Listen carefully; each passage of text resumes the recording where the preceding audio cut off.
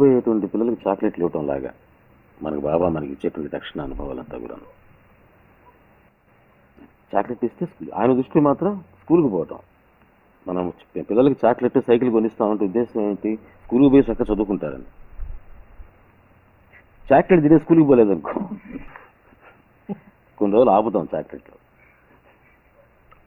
రెండో రోజు చాక్లెట్ ఏంటంటే నేను ఇవ్వను, పోతే పో లేకపోతే లేదంటాం. లేదు లేదు లేదు డాడీ పోతానని చెప్తే పోతాను ఇస్తాను నువ్వు చాక్లెట్.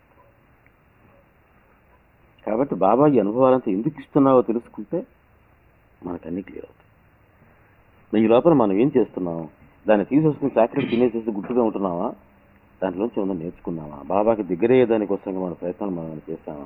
మనలో అవగాహన పెంచుకున్నావా? అదొకసారి చెక్ చేసుకో. నేను స్కూల్కి పోకపోయినా చాక్లెట్లు ఇస్తాడే మా డాడీ అనుకోవటం ఓవర్ కాన్ఫిడెన్స్. బాబా ఎందుకు మన అనుభవాలు ఇస్తున్నారు? ఆయన మన నుంచి ఏం ఆశిస్తున్నాడు? మన నడవడికలో, మన ఆలోచన బంధాల్లో, మన అవగాహనలో, మన ఆలోచన సరళిలో ఏమేం మార్పులు తెచ్చుకోవాలి? ఆ మార్పులు మనం తెచ్చుకుంటున్నావా? ప్రతి ఒక్కరు ఆత్మపరిశీలన చేసుకుంటే తెలుస్తుంది ఎందుకు డిలే అవుతున్నాయి కొన్ని. నేను మనం కోరుకున్నటువంటి కొన్ని డిలే అవుతుంటాయి. ఈ చాక్లెట్ డిలే అవడం లాంటిది. ఒక 2 days గ్యాప్ ఇస్తే కానీ మనం కరెక్ట్ సెట్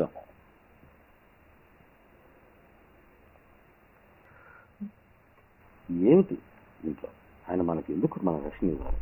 బాబాకు మనకు ఉండేటువంటి సంబంధం ఏంటి?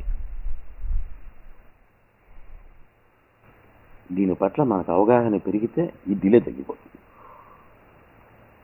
మనకు కర్మానుసారంగా మనకు పూర్ణ కుంభవృష్టిలాగా కురుస్తోంది కష్టాలు అనేటువంటి వర్షం. బాబా అనేటువంటి అనుగ్రహం అనేటువంటి గొడుగులాగా మనల్ని ఆడుకుంటుంది. ఆ గొడుగు తీసేస్తే తడుస్తాం. గొడుగు తడపలా మనం ప్రత్యేకంగా తడపడానికి. చూడు ఈ గొడుగు చూడని తడిపారేసింది పక్కకు పోయి అని అంటే ఎట్లా? గొడుగు సరిగ్గా పట్టుకుంటే తడవకుండా ఉంటాయి. ముందు దీనికి సంబంధించి ఆలోచించాలి.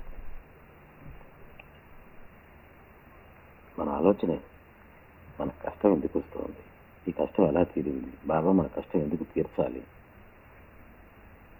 ఈ తీర్చడం ద్వారా మన వైపు నుంచి మన ఏ రకంగా ఉండాలి, మనకు ఆయనకు ఉండేటువంటి కనెక్షన్ ఏమిటి, ఈ సంబంధాన్ని ఇంకా కూడా స్ట్రాంగ్గా చేసుకోవడానికి ఎట్లా మనం చేసుకోవాలి,